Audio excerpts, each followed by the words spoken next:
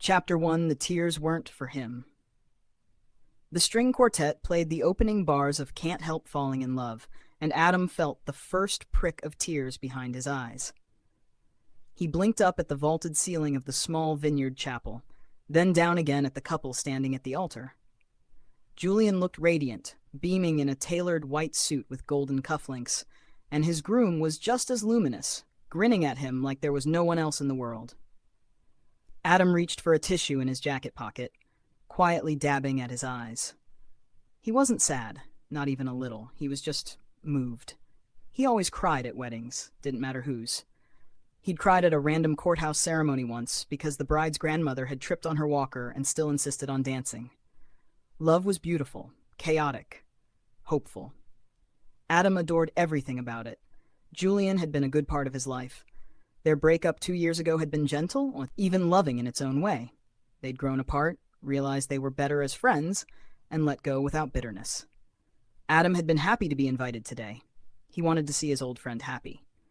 He just hadn't expected the music to hit this hard. "You okay, man?" Someone whispered beside him, and Adam jumped slightly. He glanced over and saw a tall man slipping into the empty seat next to him. Olive-toned skin, strong jawline, tousled dark hair, and an eyebrow piercing that gleamed under the light. The stranger wore a black suit that fit like was custom, but it was his expression, curious, unreadable, that made Adam falter. "I'm fine," Adam whispered, sniffling quickly and waving the tissue as proof. "Just emotional, in a good way." The man nodded once, then turned back to the ceremony. But Adam noticed the corner of his mouth twitching. The reception was a blur of champagne glasses and clinking silverware. Adam mingled lightly, exchanged smiles with Julian, danced briefly with Julian's new husband, and even caught the bouquet, which he promptly handed to a shy teenager nearby. He was on his second glass of wine, standing by the dessert table and admiring the floral centerpieces when chaos struck. Well, more accurately, a sharp elbow struck. "Shit!" A voice gasped as red wine splashed across Adam's chest, blooming like a rose over his pale blue shirt. "Oh my God, I am so sorry." Adam stepped back, blinking down at the mess. He stared for a beat, trying to process the cold stickiness already soaking through the fabric, before slowly looking up. It was the guy from the ceremony. Of course it was. Was reaching for the strawberries," the man explained helplessly, holding a wine glass in one hand and a piece of cake in the other. "And I didn't see you move." Adam blinked at him. "You reached for strawberries with a full glass of wine?" There was a long pause. "Yeah," the man said, wincing. "I'm not good at weddings."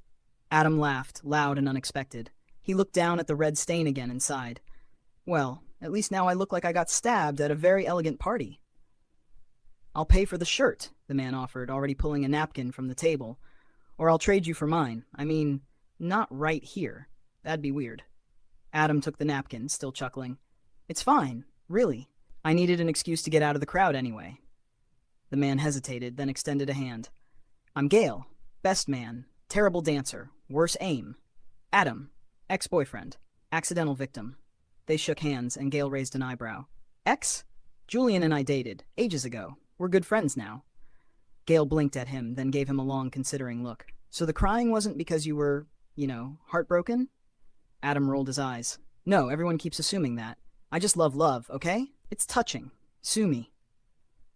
There was a pause, and then Gale burst out laughing. "God, I thought I ruined a broken-hearted man's day," he said, shaking his head. "Here I was, about to give you a very awkward pep talk." "You kind of still can," Adam said, amused. "I wouldn't say no to being emotionally coddled." Gale grinned. "You like jokes? I've got some terrible ones, like weaponized levels of bad." "Oh, hit me. I already look like a crime scene." Okay. Why don't skeletons fight each other?" Adam tilted his head. "Why?" "They don't have the guts," Adam groaned. Wait, one more. What do you call a guy with a rubber toe?" "Don't." "Roberto." Adam laughed despite himself, shaking his head. "That is awful. I warned you."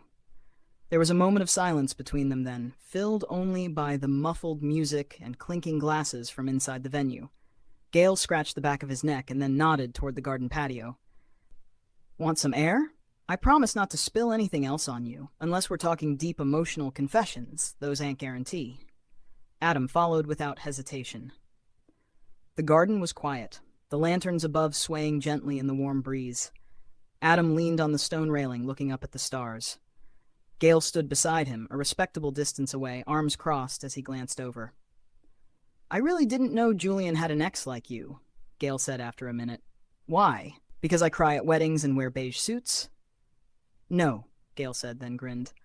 "Okay, maybe that, but mostly because you seem, I don't know, kind." Adam glanced at him, surprised. "Julian and I have known each other forever," Gale added. "But I was abroad for a while. Work. I only came back a few months ago. He talks about the past sometimes, but not everything. Yeah, we broke up 2 years ago, before he moved. I guess there wasn't a reason to mention me." "Well," Gale said, reaching into his jacket pocket, "guess fate decided we should meet anyway." He pulled out his own jacket and offered it to Adam. "Here, until you can clean yours." Adam hesitated, then took it, slipping it on. It was too big, warm from Gale's body heat, and smelled faintly of citrus and cedar. "Thanks," he murmured. Gale's lips curled into a smirk. "At least now you'll remember me." Adam let out a real, genuine laugh, the kind that echoed in his chest and left his eyes crinkling. And as Gale smiled back, something tugged quietly in his heart. "Oh no," Adam thought, warmth blooming in his chest. "I actually will." Chapter 2, A Stain, a Story, and a Stranger. Gale didn't leave Adam alone for the rest of the night. It wasn't clingy, exactly. More like orbiting. Like he was being pulled in by some quiet gravity neither of them could name. Adam noticed it every time he looked up and caught Gale watching him from across the room, always leaning against a wall or nursing a drink, pretending he wasn't watching. But his eyes gave him away. Adam, still wearing Gale's too big jacket over his wine-stained shirt, had returned to the reception hall to mingle, but the fabric carried a distracting warmth that made him uncomfortably aware of Gale's presence. Not in a bad way. Just in a way. "Need anything?" Gale asked, appearing beside him again like a shadow with excellent timing. He held out a glass of water. Adam raised a brow. "Is this an apology water?" "Maybe," Gale said with a crooked smile. "Or maybe I'm just checking if you're still emotionally devastated over your ex." Adam rolled his eyes. "Still riding that theory, huh?" "Honestly? No, but I'm fascinated. You're not what I expected." Adam tilted his head. "What did you expect?" "I don't know, someone a little colder, more breakup-y. You know, emotionally distant, maybe a little bitter. Instead, I get this guy who cries at weddings and probably has a Pinterest board for every holiday." Adam laughed. "You're not wrong. I have 3 wedding-themed boards and one just for desserts shaped like hearts." "See? Fascinating." Adam took the water with a small grin. "And what about you, best man with the clumsy elbows? What should I be expecting?" Gale shrugged. "I've been away most of my adult life. Spain, Singapore, New York. Picked up a few languages, lost a few relationships, came back a few months ago, trying to feel at home again." "You don't feel at home here?" Gale looked around the room. "Not yet. Everyone's either moved on or gotten married or turned into someone else. I feel like a tourist in my own life." Adam sipped his water, then nudged him gently. "Well, lucky for you, I'm an excellent tour guide. I cry at museums, too." Gale chuckled, but before he could respond, the sound of a loud thud snapped their attention toward the center of the room.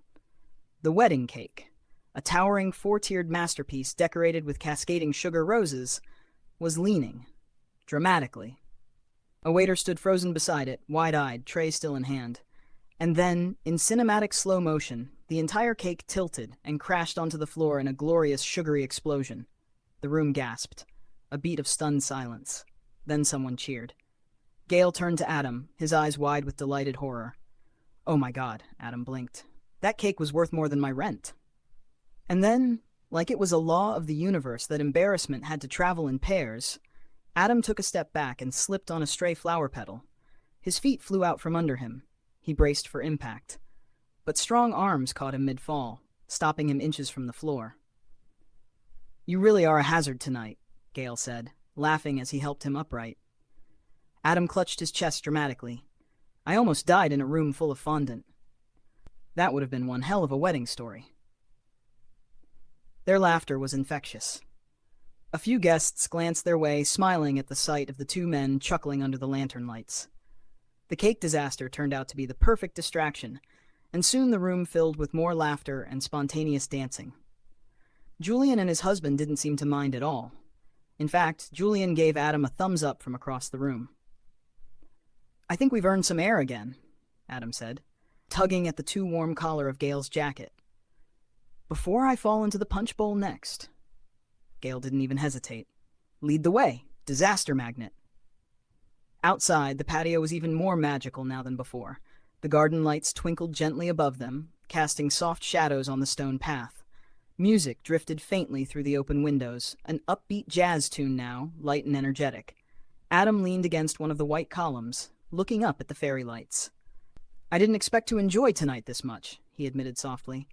"I thought I'd come, clap politely, maybe cry a little, and go home early. But then I ruined your shirt," Gail offered. Adam smirked. "That, and made me laugh, which is harder to do than you think." "You strike me as someone who laughs a lot." "Not lately," Adam said, then quickly added, "Not because of Julian. Life's just been quieter." Gail nodded, his expression thoughtful. "Same." They stood in silence for a moment, comfortable and unhurried.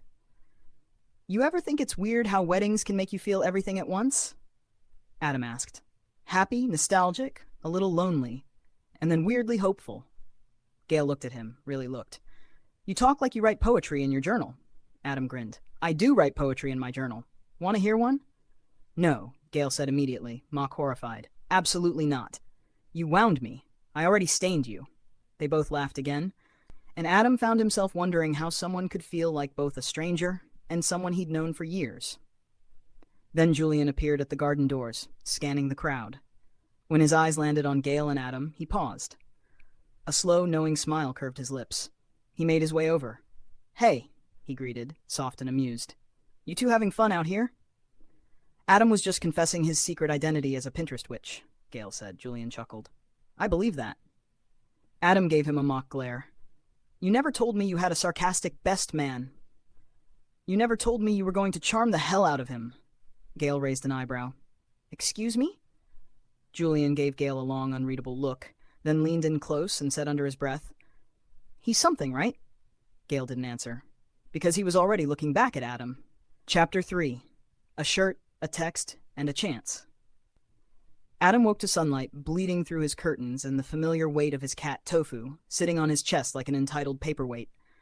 His wine-stained shirt from the night before was crumpled over the back of a chair, and Gail's jacket still hung over the hook by the door, smelling faintly of cedar and something sharper, maybe citrus. It made Adam's stomach flip, and not in a bad way.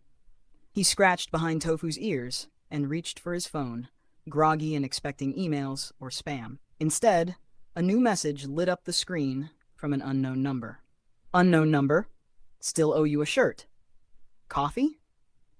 Adam stared at it, blinking twice to make sure it was real. He didn't have to ask who it was from. No one else in his life would use the promise of a ruined shirt as a pickup line. He bit his lip, grinning at the screen like a 12-year-old with a crush, and typed back. "Only if you promise not to spill anything this time." The reply was instant. "No promises, but I'll buy napkins." The coffee shop Gail had suggested was tucked between a second-hand bookstore and a flower shop, full of mismatched chairs and fairy lights strung haphazardly across the ceiling. It felt exactly like the kind of place Adam would haunt with his sketchbook. When he stepped inside, Gail was already there, leaning against the counter with 2 cups in hand.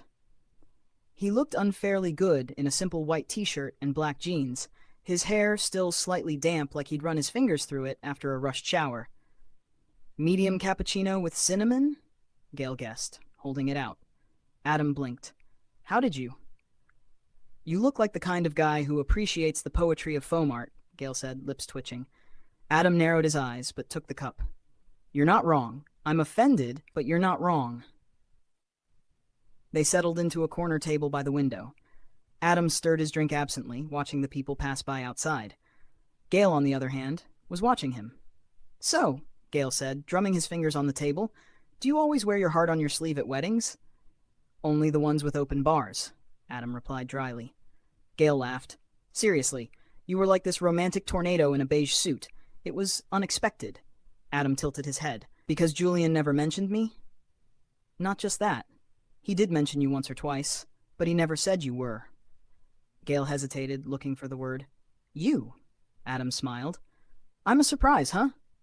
You really are. They sipped their coffee in comfortable silence. The morning buzz of the cafe was soft around them, distant clinks of cups, laughter, low music humming through the speakers. You've been gone a while, haven't you? Adam asked. Yeah, left right after college. Work just kept pulling me further away. Design jobs, architecture stuff, life. And now you're back. For now, Gale said, fingers tightening briefly around his cup, trying to figure out if I still fit here. Do you? Gale looked at him. Honestly? I don't know. There was a weight to his answer that surprised Adam, vulnerability hidden under a casual shrug. It made Adam want to ask more.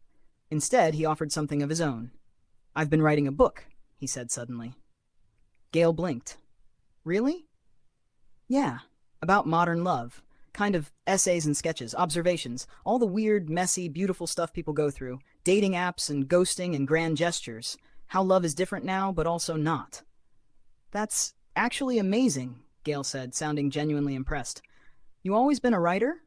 Not professionally. I work in publishing, editing mostly, but this book's just for me. Gale leaned back, watching him with a curious expression. You talk about love like it's a person. Adam looked down at his cup. It's the only thing that never feels boring. Gale's voice was quiet. I haven't been in love in a long time. Adam looked up. Ever? Once. Maybe. A long time ago. But it didn't feel like this thing you describe. It felt like a box I was trying to fit into. Adam thought about that for a moment. Maybe you weren't the wrong shape. Maybe the box was. They stared at each other for a beat too long. Gale cleared his throat. All right. Enough coffee talk. Let's fix the shirt situation. Adam blinked. What? You need a new shirt. I promised. I thought that was a metaphorical offer. Gale stood, grabbing his cup. Nope. Come on, there's a boutique around the corner. I have very strong opinions about collars. The boutique was, unsurprisingly, Gale's idea of heaven and Adam's idea of chaos. It was small and trendy, with aggressively hip salespeople and clothes that looked like they belonged in a music video. Gale, however, waltzed through the racks like a runway consultant on a mission. This one, he said, holding up a floral button-up with a wink, screams romantic disaster. Adam stared. That looks like my grandmother's wallpaper. Exactly. It's nostalgic. No. Gale tossed it over his shoulder. You're no fun. He pulled shirt after shirt, bold colors, dramatic cuts, patterns that looked like optical illusions. And Adam kept laughing, rejecting most of them until his sides hurt. I feel like you're doing this on purpose, Adam accused, barely holding back a giggle. Guilty. But you look good when you laugh. Adam froze, the smile still on his face. Gale didn't backtrack, just gave him a crooked grin and handed him a simple soft blue shirt. This one. Try it. Trust me. In the dressing room, Adam buttoned the new shirt and stared at himself in the mirror. It fit perfectly, cool against his skin, soft and clean. The blue matched the warmth in his eyes. For a moment, he let himself wonder what it would feel like to wear it on a second date. Or a third. When he stepped out, Gale gave a low whistle. Now that's the guy I accidentally assaulted with Merlot. Adam rolled his eyes. You're insufferable. You're smiling. Adam was. Outside, the afternoon sun was bright but not harsh. Gale walked beside Adam as they made their way down the block, a small shopping bag swinging between them. Adam's fingers brushed against Gale's once, accidentally. He didn't pull away. When they reached Adam's building, he turned toward Gale, suddenly unsure of what to say. He'd had coffee dates before. He'd shared laughs and flirted and gone home feeling absolutely nothing. But this, whatever this was, felt different. Gale glanced at the sidewalk, then back up at him. This was fun. Adam nodded. Yeah, it was. You make it easy to forget stuff, Gale said, voice softer now. Adam tilted his head. What kind of stuff? But Gale was already backing away, hands in his pockets, a half smile on his lips. Maybe I'll tell you next time. Then he turned and walked down the street, leaving Adam standing there with a new shirt and a heart that was, inexplicably, lighter than it had been in a long time. Chapter 4, Hearts on Canvases and Cracks in Walls. The invitation came in the form of a text with a single image, a flyer for a local gallery exhibit, Adam's name printed neatly in the corner under Featured Illustrator. There'll be wine. No guarantees it won't end up on you again. Tempting. I do like danger. Gale showed up precisely 3 minutes late, claiming it was intentional. Can't be too eager, he said with a smirk as he handed over a small bouquet of wildflowers. Adam blinked at them, touched. Did you pick these yourself from a cursed meadow, or?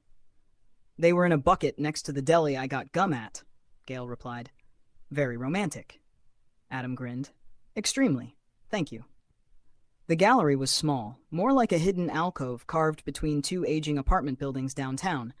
It smelled like fresh paint and old books, and was filled with soft chatter, glasses clinking, and quiet jazz humming through the speakers.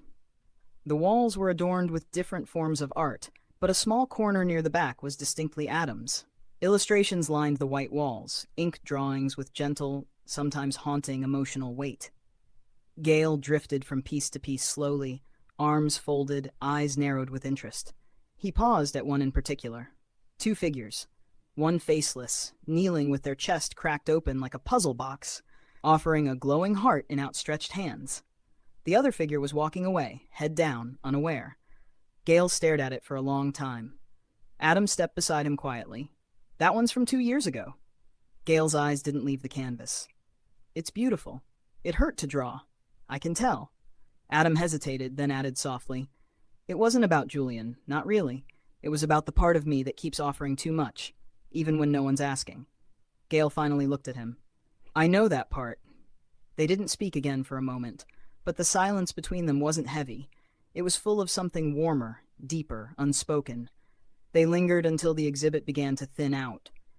Adam said goodbye to the gallery owner, and by the time they stepped outside, the sky had darkened and rain was falling in soft, misty sheets. Not enough to soak, but enough to make the pavement shimmer. Gale didn't move. Feel like walking? He asked. Adam nodded. Only if we can make it a movie montage. They wandered with no destination, their footsteps quiet on the wet sidewalks. Gale eventually shrugged off his jacket and held it above Adam's head like a makeshift umbrella. Adam didn't protest, though he leaned a little closer without thinking. Did you always draw? Gale asked. Since I could hold a pencil, Adam said. My mom says I used to draw hearts on the walls with crayons and blame the cat. Gale laughed. Rebellious and romantic. What a combo. Adam nudged him gently. What about you? Always building things? Gale was quiet for a second. Yeah, I liked Legos more than people, honestly. Spent most of my childhood figuring out how to make things stand that weren't supposed to. Probably says something about me. Like what? I don't know. He exhaled, his voice softening. That maybe I only trust things I build myself. Adam glanced at him, then slowed his pace. You don't have to answer this, but your family? Gale gave a short, dry laugh. My dad and I haven't spoken in almost 10 years. I left home the second I could. He was intense. Always wanted me to fit into this version of me he created. The one who doesn't cry, who doesn't question, who definitely doesn't flirt with men at weddings. Adam swallowed. That sounds lonely. It was. Is. I've always felt kind of invisible. Like if I didn't perform, no one would notice. They stopped under a street lamp, water trickling from the edge of a building's awning above them. Adam turned toward him, heart heavy. You're not invisible, Gale. Gale raised a brow. Tell that to 17-year-old me hiding sketch pads in his closet. You're not invisible, Adam said again, firmer this time. You're just hiding. The words landed like a stone dropped in still water, rippling outwards, slow and deep. Gale stared at him, lips parted like he wanted to say something but didn't know how. Instead, he looked away, exhaling hard. Why do you talk like that? Like what? Like you see things people aren't ready to admit yet. Adam shrugged. I like looking. Gale laughed, low and unguarded. You're unbelievable. Unpredictable, actually, but I'll take both. They walked again, shoulders brushing occasionally, and the night settled around them like a soft blanket. By the time they circled back toward Adam's street, the rain had stopped, and the stars peeked through the clouds, faint and far away. Gale paused on the steps to Adam's building, looking up at the window glowing softly above them. Can I see you again? He asked, the words quiet but sure. Adam didn't even have to think. Only if you promise not to ruin another one of my shirts. I'll bring a backup this time. They stood there for a moment, close enough to feel each other's breath in the cool air. Adam tilted his face up slightly, not quite moving in, but not pulling away either. Gale's eyes flicked to his lips, just once. Then he leaned in, and stopped, inches away. His voice was low, almost a whisper. Next time. And then he smiled, turned, and walked into the night, his footsteps echoing against the pavement like a soft promise. Chapter 5. Old Ghosts, New Promises. Julian's living room buzzed with laughter, scattered chips, and the kind of chaos only a well-stocked wine cabinet and competitive adults could produce. Game night had started innocently enough. Charades, trivia, and one too many rounds of Cards Against Humanity, but somewhere between Julian's terrible impression of a penguin and his husband doing victory laps with a crown of popcorn, the atmosphere had shifted. Adam sat cross-legged on a plush floor pillow beside Gale, their knees brushing every time someone passed the wine. His cheeks were flushed, not from the alcohol, but from the heat of being so close to Gale for hours. The weight of his gaze, the little glances they kept exchanging, the way Gale leaned in every time he laughed, like gravity had decided that Adam was his center. Julian noticed. Of course he did. He kept throwing them looks, smirking, elbowing his husband. Once, he mouthed finally across the table. Adam only blushed harder. "You're up," Julian said, tossing the dice toward Adam's lap. "Don't screw this up. Gale's counting on you." "Am I?" Gale murmured, just loud enough for Adam to hear. Adam rolled his eyes and rolled the dice. "You are now." A few rounds later, as the game slowed into lazy laughter and scattered conversations, Gale's hand drifted beneath the table. Without thinking, without fanfare, his fingers found Adam's and curled around them. Adam didn't move, didn't speak. He just held on. It all unraveled when the doorbell rang. "I didn't invite anyone else," Julian said, frowning as he stood. Weird. The door opened. Laughter faded. A figure stepped inside, damp from the misty night air, dressed in all black with an air of effortless confidence and familiarity. Gale stiffened. The man smiled, cool and sharp. "Hope I'm not too late to crash the party." "Roman," Gale said, voice low, unreadable. Adam blinked. "Roman?" "Oh, good," Roman said brightly. "You do remember me." Julian exchanged a glance with his husband. "We weren't expecting you." Roman waved a hand. "I just moved back. Thought I'd stop by. I saw the group photo you posted. Figured Gale would be here." Adam slowly pulled his hand away from Gale's under the table. The air shifted. Laughter died. Roman's eyes slid over to Adam. "And who's this?" "Adam," Gale said quickly. Too quickly. He's a friend." The word hung in the air like a gavel. Roman raised a brow, clearly amused. "A friend. Right." Adam stood. "Actually, I should head out." Gale turned to him, alarmed. "Wait, you don't have to." "I've got work early," Adam said, forcing a smile. "And I left Tofu with too many treats. He'll stage a coup if I don't get home soon." Julian opened his mouth, probably to say something comforting or to throw Gale a lifeline, but Adam was already slipping out the door, jacket barely on, heart cracking somewhere under the weight of the word friend. Rain had started by the time Adam got home. He left the lights off, sat on the couch, and stared at the ceiling. Tofu curled beside him, purring like nothing was wrong, like Gale hadn't just undone everything with a single word. A knock came 20 minutes later. Then again, louder. Adam opened the door to find Gale, soaked to the skin, shirt clinging to his frame, hair dripping into his eyes. "I'm going to get pneumonia for this," Gale said, breathless. "So you'd better let me say something first." Adam stepped aside. Gale stumbled in, pacing once before he stopped, looking genuinely rattled. "Roman and I, we weren't anything. Just something messy, a long time ago. We slept together a few times back when I didn't know what the hell I wanted. He liked games. I liked not feeling anything. It ended years ago." Adam crossed his arms. "You called me a friend." Gale ran a hand down his face.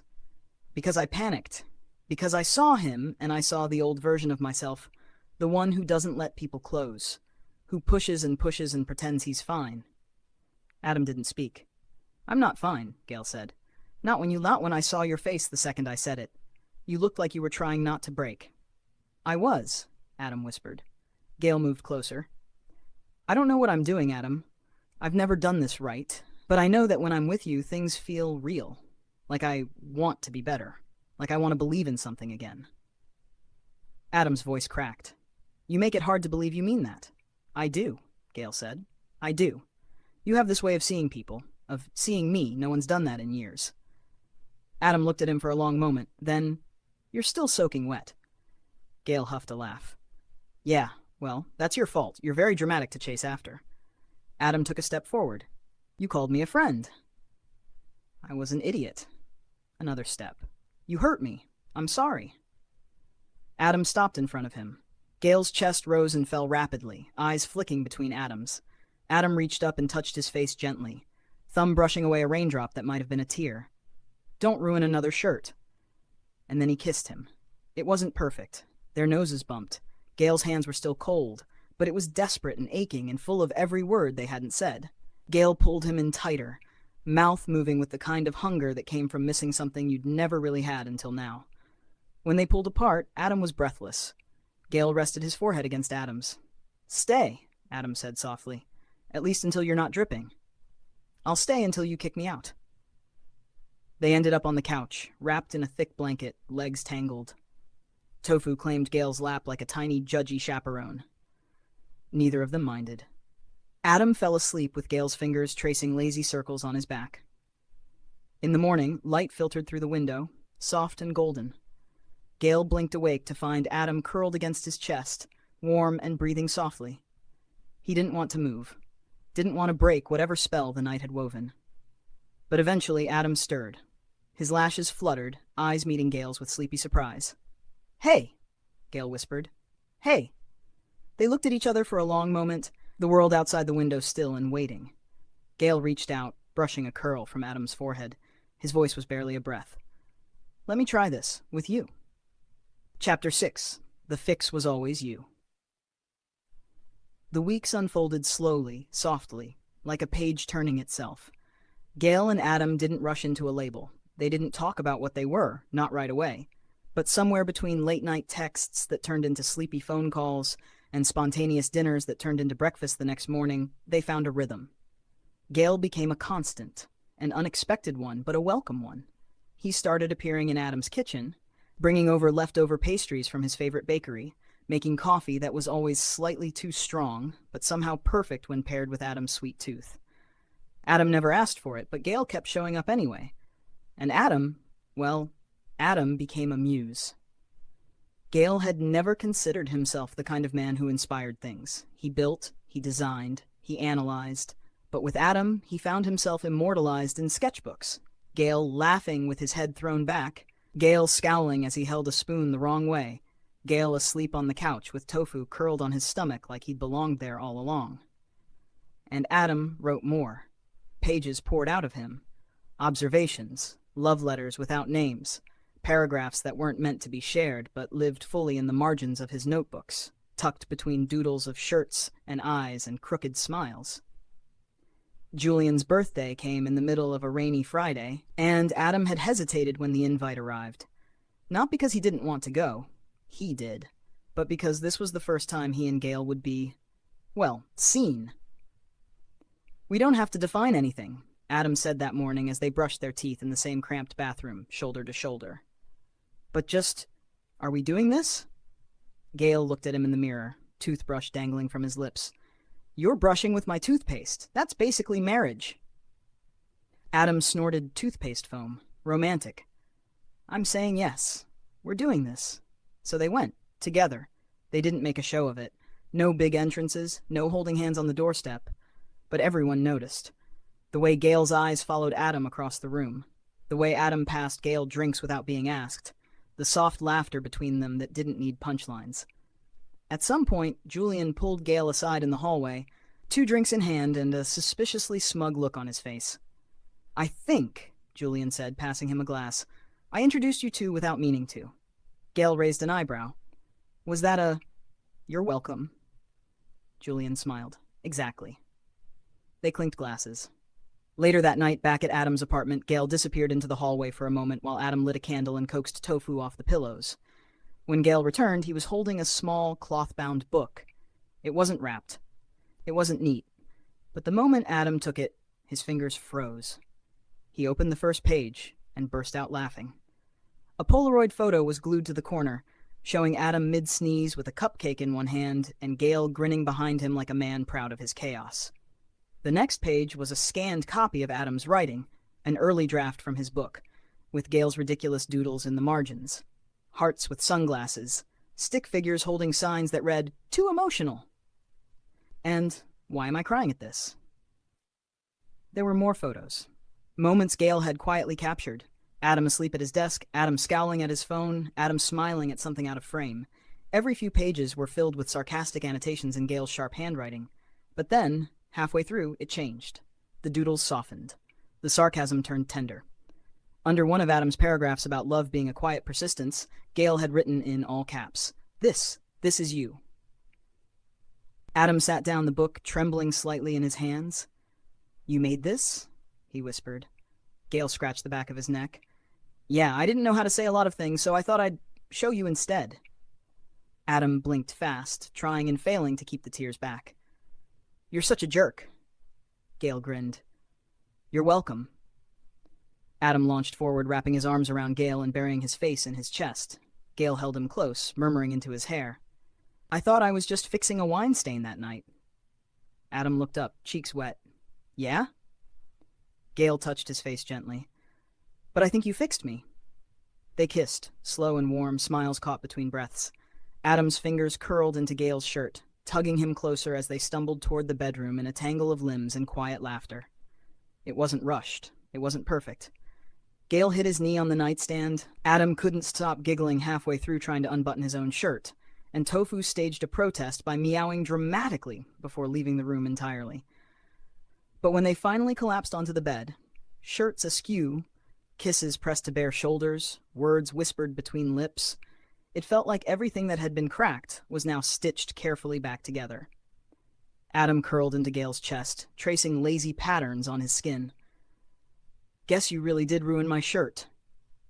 He murmured sleepily. Gail kissed his forehead, and then stole my heart. Gail's voice was soft, thick with affection. I'll buy you 1,000 more if it means I get to keep it. Outside, the rain started again, gentle this time like a lullaby. And inside, wrapped in each other, two hearts that had spent years quietly breaking found themselves finally, beautifully, whole.